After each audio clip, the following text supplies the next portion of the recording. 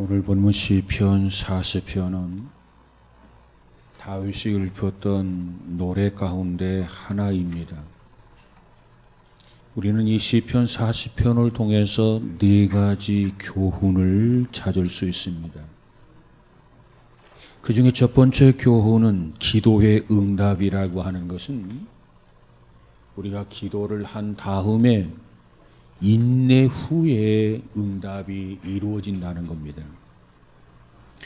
그래서 오늘 본문 1절에서 이 다윗이 뭐라고 말합니까? 내가 여호와를 기다리고 기다렸더니, 하나님 앞에 기도하고 기다리고 기다렸다는 겁니다. 그랬더니 하나님께서 다윗의 기도에 귀를 기울이사 다윗의 부르짖음을 들으셨도다, 그렇게 고백을 합니다. 뿐만 아니라 시편 37편 7절에 가보니까 여호와 앞에 잠잠하고 참아 기다리라, 자기 길이 형통하며 그랬습니다. 하나님 앞에 기도하고 잠잠히 참고 기다리라는 겁니다. 그러면 하나님께서 길을 형통하게 해주시겠다. 이 두 구절을 같이 놓고 생각해 본다면 우리가 하나님 앞에 기도하지 않습니까? 기도했으면 믿음으로 기다리라는 거예요.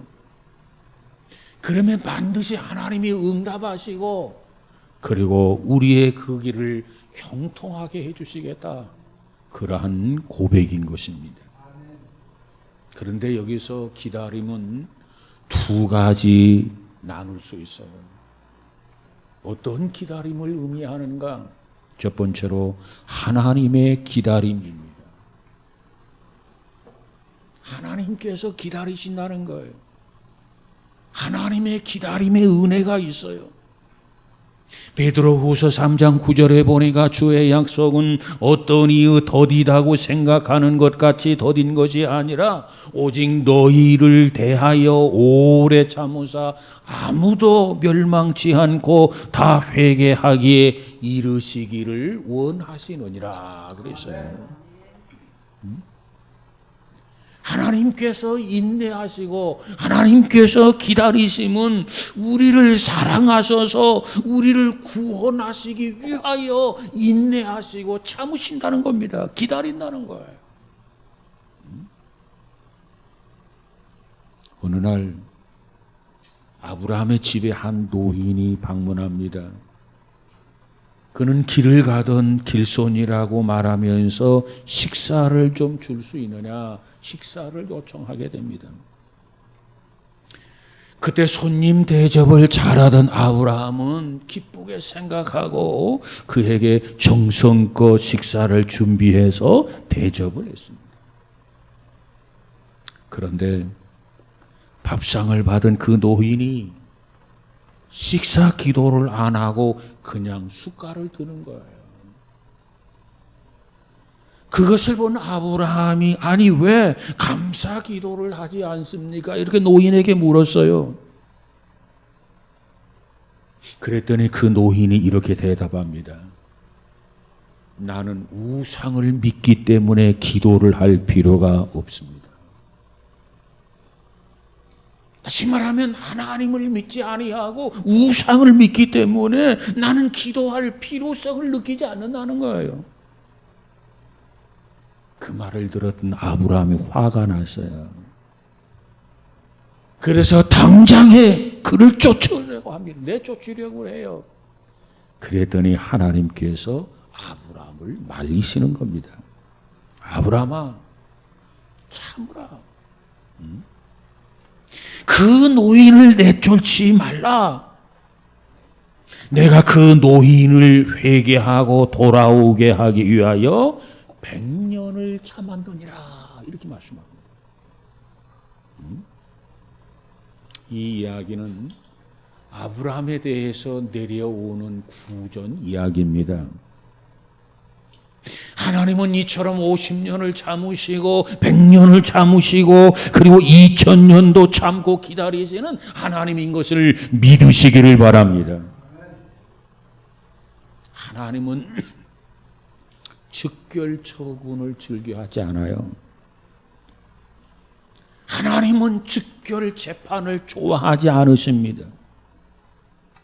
그저 사랑하는 자녀들을 위해서 오늘도 참고 내일도 참고 그리고 기다리고 끝까지 인내하신다는 거예요.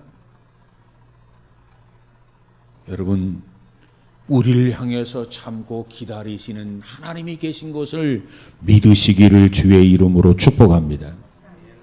그다음 두 번째 기다림은 우리 인간의 기다림입니다.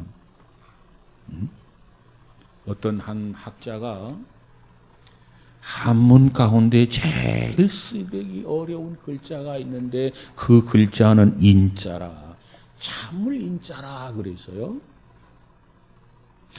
그래서 저는 그 말을 들을 때 그 글자의 구성이나 생김이 까다로워서 그 글자를 쓰기가 어렵다는 것으로 저는 받아들였어요. 그런데 그분의 의도는 그게 아니었습니다. 참고 기다린다는 그 행위 자체가 얼마나 어려운가를 설명하는 그러한 내용이었습니다. 그렇습니다. 우리는 말 한마디 참지 못해서 실수를 저지르고 다툼이 일어나고 싸움을 불러일으킬 때가 얼마나 많습니까? 지나고 나서 내가 그 순간 좀 참을걸. 내가 그 한마디 좀 참을걸. 내가 그 몸짓조차 좀 참았더라면 얼마나 좋았을까 하면서 스스로 혀를 차고 땅을 칠 때가 없지 않아 있지 않습니까?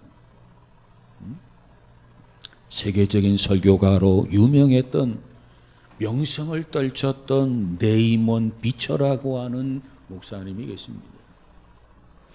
그가 어느 날 설교를 하는데 그 설교의 주제가 뭐냐면 하나님의 나라라는 설교 주제입니다. 하나님의 나라.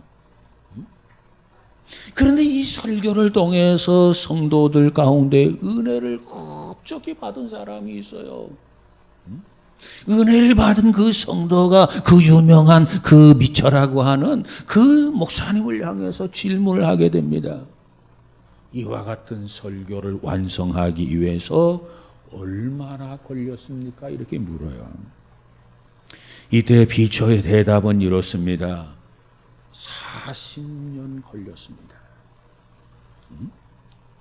하나님의 나라라고 하는 이 설교를 통해서 은혜를 받은 사람이 이 설교를 완성하는데, 준비하는데 얼마나 걸렸습니까? 그랬더니 그가 말하기를 40년 걸렸습니다. 이렇게 답변했다는 거예요. 그렇습니다. 인내 없는 성공은 없습니다. 인내하는 자만이 성공할 수 있습니다. 여러분, 인내를 건너뛰려고 하지 마세요. 오래전에 대통령이 되겠다고 꿈을 꾸던 한 소년이 있었습니다. 그 꿈을 실현하기 위해서 그는 20대 젊은 나이에 정치판에 뛰어들었습니다. 그리고 40여 년 동안 험난한 역사의 줄령과 정치 변동의 파도를 타면서도 그는 한시도 그 꿈을 포기하지 않은 채 계속해서 도전하고 참고 연단을 거듭했던 그런 삶을 살았습니다. 그리고 마침내 그는 1993년 2월 25일 목요일 대한민국 14대 대통령으로 취임을 했습니다. 저는 대통령직 그 자체를 위대한 것으로 평가할 마음은 전혀 없습니다. 다만 경우에 따라서 그 대통령 중에는 환경 미화원마도 못한 그런 삶을 살다간 대통령이 얼마든지 있기 때문에 그렇습니다. 다만 그들이 도전했던 그 도전의 용기, 그들이 참고 견디었던 그 인내, 그것을 우리는 배워야 되겠고 그것을 우리는 닮아야 되겠다는 겁니다. 그 인내가 없이는 성공할 수가 없어요. 인내 과정이 없이는 성공이 불가능하단 말이에요. 하늘을 나르는 새 가운데 가장 하늘 높이 비상하는 새가 있는데 그 새가 독수리라는 새입니다. 이 독수리는 밤에 날지 않습니다. 그렇기 때문에 날이 밝기를 기다립니다. 날이 밝아서 아침에 공기가 상승해서 높아질 때를 기다린다는 겁니다. 동력의 태양이 떠오르게 되죠.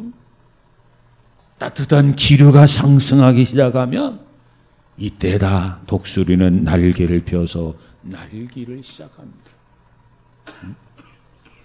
위로 올라가는 온난 기후의 힘을 이용해서 높이 높이 나르는 것이 독수리라는 겁니다. 우리는 여기에서 독수리의 지혜를 배워야만 합니다.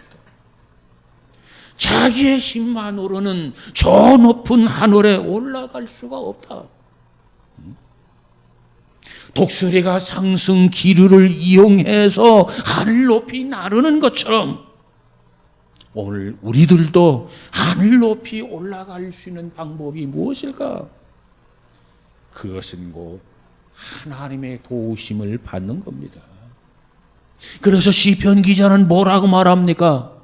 기다리고 기다리노니 나의 부르짖음을 들으셨도다. 이와 같은 고백은 곧 하나님을 바라고 그리고 기다리면 반드시 하나님의 응답이 나에게 주어지게 된다는 거예요. 그걸 믿어야 기다릴 수 있는 거 아니겠습니까? 그것을 믿어야 하나님 앞에 기도할 수 있는 것 아니겠습니까? 그 믿음이 없으면 기도할 수도 기다릴 수도 없는 거지요. 오늘 시편의 기다림은, 이 시인의 기다림은 막연한 기다림이 아닙니다. 이 기다림은 그렇다고 해서 희망이 없는 기다림도 아닙니다. 이 기다림은 하나님에 대한 기다림이고, 이 기다림은 반드시 하나님이 나의 기도를 들으시고 응답해 주시리라는 그 믿음, 그 확신에 찬 기다림이었던 겁니다. 믿음이 없는 사람은 기다리다가 지치고, 그리고 쓰러지고, 그리고 낙심하고, 그리고 포기하게 될 것입니다. 그러나 믿음이 있는 사람은 어떻습니까? 두 주먹을 불끈 쥐고 하나님을 바라보면서 하나님의 응답을 사모하면서 오늘 또 기다리고 내일 또 기다린다는 겁니다. 그러면 하나님은 이처럼 기다릴 때 반드시 응답이 우리에게 임하는 것 믿으시기를 주의 이름으로 축복합니다. 이 믿음이 있어야 기도가 가능하고, 이 믿음이 있어야 기다림이 가능하단 말이에요. 그 다음에 두 번째 교훈은 우리가 부르는 찬송에는 능력이 있다는 거예요. 우리가 찬양을 하는데 그 찬양에는 능력이 있다는 겁니다. 이걸 알고 확신하고 부르는 찬양과 찬송과, 그리고 이것에 대한 믿음이 없이 부르는 찬송과는 결과가 달라요. 오늘 본문 3절에서 뭐라고 말합니까? 새 노래 곧 우리 하나님께 올릴 찬송을 내 입에 두셨으니 많은 사람이 보고 두려워하여 여호와를 의지하리로다. 그래서 오늘 이 말씀에는 세 가지 교훈이 있습니다. 그 첫 번째 교훈은 찬송은 하나님께 올려드리는 거라는 거예요. 하나님 받으시옵소서. 오늘 우리가 하나님 앞에 예배를 드리고 우리가 하나님을 찬송하고 우리가 하나님 앞에 기도하는데 이 모든 것이 하나님 앞에 드리는 거예요. 예배도 하나님께 드리고 찬송도 하나님께 드리고 우리의 기도도 하나님께 드리는 거예요. 천사를 향해서 하는 게 아닙니다. 목사님 들으라고 하는 게 아닙니다. 황제를 위해서, 아니 임금을 위해서, 아니 대통령을 위해서 하는 것도 아닙니다. 더더군다나 성모 마리아를 향해서 하는 것도 아닙니다. 그들은 경배나 찬송이나 기도를 받을 수가 없습니다. 우리의 예배, 찬송, 기도는 오직 하나님.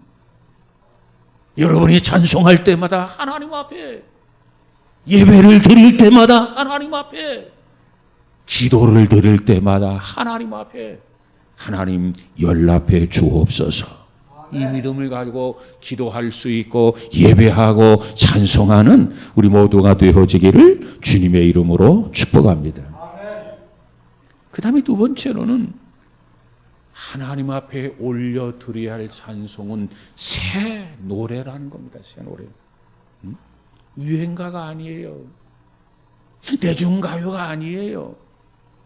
그렇다고 해서 가곡이 아닙니다. 하나님 앞에 드리는 노래는 새 노래다. 새 노래라고 하는 것은 신령한 노래라는 뜻입니다. 신령한 노래. 이 새 노래, 이 신령한 노래는 새로운 마음과 새로운 자세와 새로운 태도를 가지고 하나님을 향해서 불러드려야 됩니다. 이게 새 노래예요. 그렇기 때문에 새 노래는 새 사람이 부르는 노래, 새 사람이 부르는 노래. 새 사람은 구습을 벗어버리고 거듭난 사람을 말하는 겁니다. 옛날 그 모습 그대로 부르는 게 아니고 좀 구습을 버리고 새 사람이 되어져서 하나님 앞에 새로운 마음, 새로운 자세, 새로운 태도를 가지고 하나님 받으시옵소서 이와 같이 부르는 것이 새 노래라는 거예요. 여러분, 여러분이 부르는 찬송마다 새로운 노래가 되어질 수 있기를 주님의 이름으로 축복합니다. 오늘 우리가 이와 같이 새 노래를 부르면 새 노래를 부르는 만큼 우리가 또 달라져요. 우리가 변화되어져요. 더욱 성숙해진단 말이에요. 원하기는 이 새 노래로 우리의 신앙이 더 성숙해지는 복 있는 성도가 되어지기를 주님의 이름으로 축복합니다. 세 번째로 이 찬송에는 힘이 있다는 거예요. 힘. 하나님 앞에 올려드리는 찬송을 많은 사람들이 들었어요. 그런데 듣는 사람들의 마음속에 두려움이 생겼어요. 듣는 사람들의 마음속에 하나님을 의지하는 마음을 갖게 되었다는 겁니다. 오늘 본문 3절이 바로 그거 아닙니까? 내가 하나님 앞에 감격스럽게 찬양을 하는데 이 찬양을 듣는 사람들의 마음이 두려움이 있고 이 찬양을 듣는 사람들의 마음이 야 나도 하나님을 의지해야 되겠다. 나도 하나님을 경배해야 되겠다. 나도 하나님 앞에 영광을 돌려야 되겠다. 이런 마음으로 새로워지게 된다는 거예요. 아멘. 여러분 우리가 잘 아는 바울과 실라가 빌립보 옥중에 갇혔어요. 전도하다가 잡혀갔어요. 감옥 철장 신세를 지고 있어요. 그저 원망할 수도 있고 불평할 수도 있고 아니 하나님이 이럴 수 있습니까? 아니 내가 강도짓을 했습니까? 내가 도둑질을 했습니까? 우리가 살인을 했습니까? 내가 무슨 죄를 지었다고 감옥에 갇히는 것을 허락하십니까? 이처럼 원망할 수도 있었겠지만 바울과 사도는 옥중에서 원망과 불평이 아니라 주님을 찬양했다는 겁니다. 하나님을 찬송했더니 어떻게 됩니까? 튼튼했던 그 빌립보 옥토가 움직이기를 시작합니다. 그리고 마침내 옥문이 활짝 열렸습니다.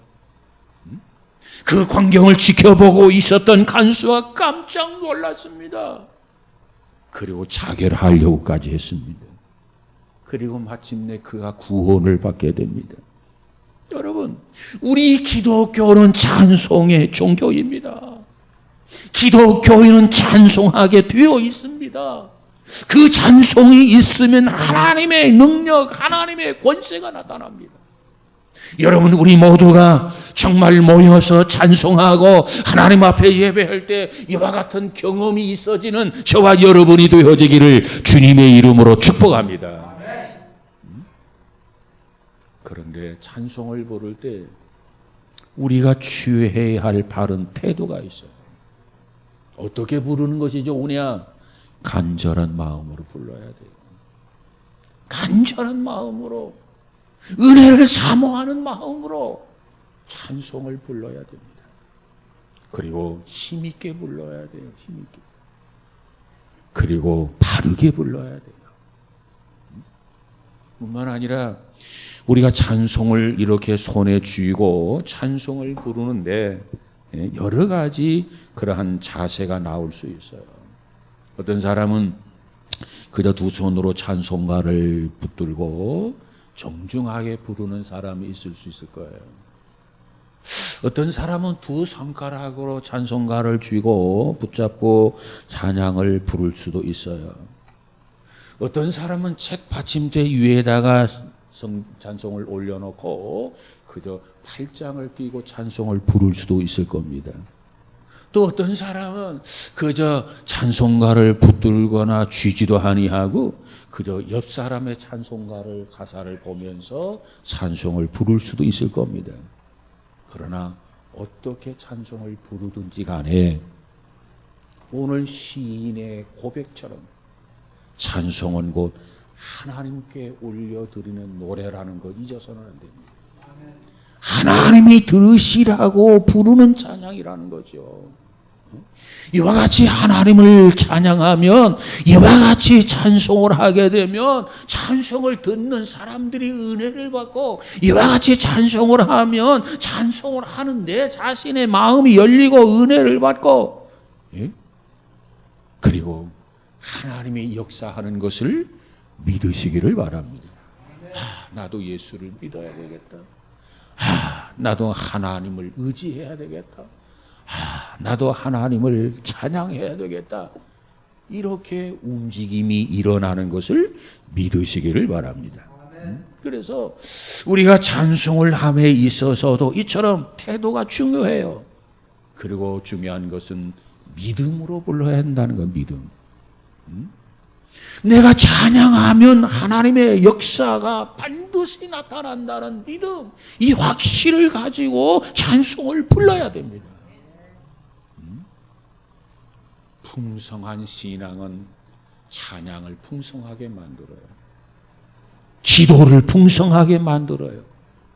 근데 내 믿음이 풍성하지가 못해. 내 믿음이 메말라서, 이 믿음이 메마르면 어떻게 됩니까? 찬송이 메말라요. 기도가 메말라요. 예배가 메말라간단 말이에요.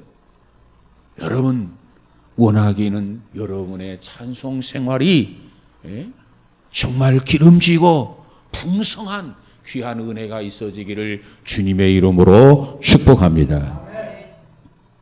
그 다음 세 번째로 오늘 본문에 보니까는 하나님은 우리를 늘 깊이 생각하신다는 거예요. 여러분을 깊이 생각한다는 겁니다. 오늘 본문 5절에 보니까 뭐라고 말합니까? 여호와는 나의 하나님이요 주의 행하신 기적이 많고 우리를 향하신 주의 생각도 많다 그랬어요. 여기서 생각이 많다라고 하는 말 무슨 의미입니까? 늘 우리에게 관심과 배려가 깊다는 뜻입니다. 하나님의 관심 밖으로 밀려나는 신앙은요, 비극의 원인이 돼요. 여러분은 어느 곳에 있든지 하나님 관심으로 밀려나가는 자가 아니라 하나님의 관심 안에 머물러 있는 귀한 성도 우리 모두가 되어지기를 주님의 이름으로 축복합니다. 우리가 관심 밖으로 밀려나는 현상을 소외 현상이라고 말하죠. 남편의 관심이 아내에게서 떠나게 된다면 부부의 갈등의 적신호가 되는 겁니다. 자기가 속한 집단으로부터 소외를 받게 되면 그것이야말로 고독의 원인이 됩니다. 그렇기 때문에 우리는 하나님의 관심 밖으로 밀려나서는 안 돼요. 하나님 관심 안에 있어야 돼요. 하나님의 가시권 안에 우리가 존재해야 된단 말이에요. 오늘도 하나님은 나를 지켜보시고 나와 함께 하시는 것을 믿으시기를 주의 이름으로 축복합니다. 이처럼 하나님은 우리를 생각하시는 분이세요. 시편 기자는 92편 5절에 보니까 주의 생각이 심히 깊으시니 그래서요. 뿐만 아니라 139편 17절에 보니까 주의 생각이 내게 어찌 그리 보배로운지요 그래서요. 그리고 이사야서 55장 8절에 보니까 하나님의 생각은 사람의 생각과 다르다 그랬어요.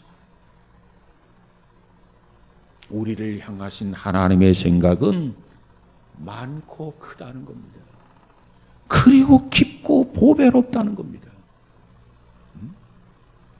그러나 우리 생각은 어떻습니까? 하나님의 생각과 다를 때가 많아요. 하나님의 생각과 우리의 생각이 다를 때가 많아요. 여러분, 그래서 바울은 뭐라고 말합니까? 내 생각을 쳐서 날마다 하나님의 생각에, 하나님의 뜻에 복종시킨다고 고백하고 있지 않습니까? 여러분 보세요. 크고 깊고 보배로운 하나님의 뜻을 따라 살아가는 것이 좋겠습니까? 아니하면 좁고 짧고 천박하고 제한받는 내 뜻과 내 고집대로 살아가는 것이 좋겠습니까? 여러분은 어떤 선택이 현명한 선택이라고 생각합니까? 그래서 바울은 나는 날마다 죽는다 그랬어요. 날마다 자신을 쳐서 하나님의 뜻 앞에 복종시킨다고 그랬어요. 왜? 하나님의 뜻을 쫓아서 하나님의 생각을 쫓아서 사는 것이 현명하기 때문에 그렇습니다. 여러분 우리 모두도 하나님의 생각을 쫓아서 하나님의 뜻을 쫓아서 순종하며 살아가는 우리 모두가 다 되어지기를 주님의 이름으로 축복합니다. 그 다음에 오늘 본문에 보니까 하나님은 나를 원하신다는 거예요. 6절에 보면 뭐라고 말합니까? 하나님은 제사와 예물을 기뻐하지 아니하시며 번제와 속죄제를 요구하지 아니하신다 그랬어요. 그러면 하나님이 뭘 요구하신다는 겁니까? 7절에 가보니까는 내가 왔나이다 그랬어요. 무슨 뜻입니까? 하나님께서는 우리의 제사를 원하십니다. 우리의 예물을 원하십니다. 우리의 번제를 원합니다. 우리의 속죄제를 원합니다. 그러나 그것보다도 더 소중하고 더 귀하고 더 원하는 것이 있다는 거예요. 비교했을 때 그것보다 더 원하는 것이 뭡니까? 7절에 보니까 하나님은 나를 원하시는 것을 시편 기자는 깨달았어요. 그래서 말하기를 내가 왔나이다 이렇게 고백하는 겁니다. 다시 말하면 하나님 앞에 나와서 하나님 여기 재물이 있습니다. 주님 여기 재물이 있습니다. 이렇게 말하지 않았어요. 오늘 시편 기자는 말하기를 내가 여기에 왔습니다. 내가 여기에 있습니다. 이렇게 고백하고 있단 말이에요. 왜? 하나님께서는 이와 같이 제사나 제물이나 번제나 속죄 제사보다도 하나님은 시편 기자, 하나님은 오늘 우리 자신들을 원하기 때문에 하나님 내가 여기에 와 있습니다. 내가 여기 있습니다. 이렇게 고백한 거예요. 우리 하나님은요 물질보다 사람을 귀하게 여깁니다. 더 좋아하세요. 우리가 창조의 질서나 그 참 순서를 보더라도 여기에서도 드러나고 있죠. 창세기 1장과 2장을 가보면은 창조의 순서가 기록되어져 있습니다. 첫째 날 하나님이 뭘 창조합니까? 빛을 창조했어요. 둘째 날 하나님은 뭘 창조했습니까? 궁창을 만드셨어요. 셋째 날 하나님은 뭘 창조하셨습니까? 땅과 바다를 지으셨어요. 그리고 넷째 날 하나님은 뭘 지으셨습니까? 하늘의 병들을 지으셨어요. 그리고 다섯째 날에는 각종의 짐승들을 만드셨어요. 그리고 여섯째 날 마지막 날 사람을 만드셨어요. 아담과 하와를 지으셨어요. 그리고 하나님 뭐라고 말합니까? 이 모든 것을 너는 다스리고 정복하라 그랬어요. 그리고 식물까지 준비해서 다 주신 겁니다. 그리고 이 창조의 순서만 보더라도 하나님께서는 사람이 제일임을 알 수 있지 않습니까? 그런데 그뿐만이 아닙니다.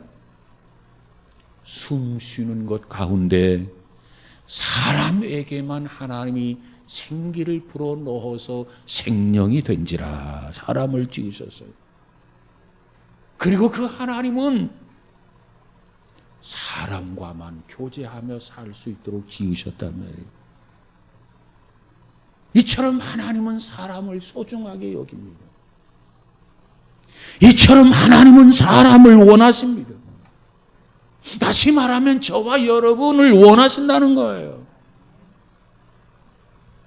주일마다 만나기를 원하십니다. 주일마다 만나자. 성막에서 만나자. 성전에서 만나자. 이 백성들이 광야에서 무엇 때문에 무슨 목적으로 성막을 지으셨습니까? 나와 성막에서 만나자. 그래서 성막을 지은 거예요.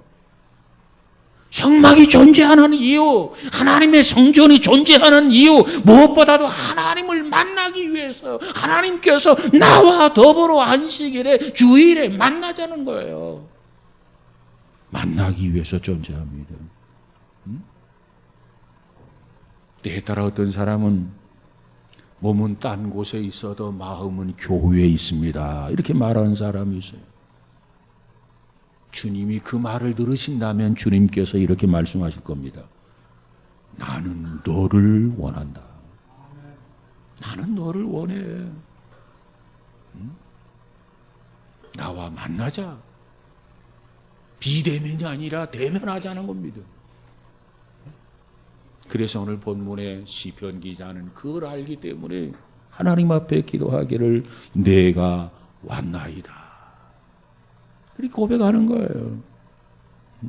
여러분, 오늘 우리에게 집보다도 소중한 거, 돈보다도 더 소중한 거, 그것이 뭡니까? 그것이 바로 사람입니다. 사람. 그래서 주님은 내가 나오기를 기다리는 거예요. 내가 왔습니다 하기를 기다리는 거예요. 여러분, 주님을 사랑한다면 주님을 사랑하는 증거가 있어야 돼요. 주님을 사랑하는 증거는 뭡니까? 주님 곁에 있는 것을 기쁘게 여기고 즐겁게 여겨야 돼요. 그게 바로 주님을 사랑하는 겁니다. 정말 저와 여러분이 주님을 사랑한다면 주의 집에, 주의 성전에, 주의 전에 나오기를 힘쓰는 거예요. 그래야 주님을 사랑하는 거예요. 만약에 우리가 우리의 집에 들어가는 것이 두렵고 끔찍하게 여겨진다면 어떻게 됩니까? 그 사람 큰 문제가 있는 거예요. 하나님을 믿는 자녀가, 하나님을 믿는 백성이 주님 곁에 나오기가, 하나님의 성전에 나오기를 주저한다면 그 사람의 신앙에 큰 문제가 있는 거예요. 병들어 있는 거란 말이에요. 그러므로 우리는 날마다 때마다 그저 기쁘고 즐겁게 주님 내가 왔습니다. 한번 따라해 볼까요? 주님 내가 왔습니다. 하나님 내가 왔습니다. 이 고백을 하나님이 원하세요. 이걸 하나님이 기뻐하신단 말이에요. 주의 성전에 나와서 주님 내가 왔습니다. 아마 어떤 사람은 이 한마디 하면 눈물이 핑 돌 거예요. 하나님 내가 왔습니다. 이와 같은 고백이 오늘도 내일도 평생 동안 저와 여러분에게 있어지기를 주님의 이름으로 축복합니다. 그 말을 하나님이 제일 원하세요. 제일 기뻐하신단 말이에요. 주님 제가 왔습니다. 하나님 제가 왔습니다. 이와 같은 고백이 우리 입술에서 떠나지 않는 우리 모두가 다 되어지기를 주님의 이름으로 축복합니다. 기도하십시다. 거룩하신 하나님 감사합니다. 우리를 이처럼 사랑하시는 하나님, 그 마음을 헤아려서 기쁘고 즐겁게 해드리는 복 있는 성도들 우리 모두가 다 되어지게 하옵소서. 아직도 깨달음이 미흡하다면 성령이여 도와주셔서 깊은 깨달음을 갖게 하시고 감격해하면서 하나님께만 영광을 돌리는 우리 모두가 되어지게 하옵소서. 예수님 이름으로 기도하옵나이다. 아멘.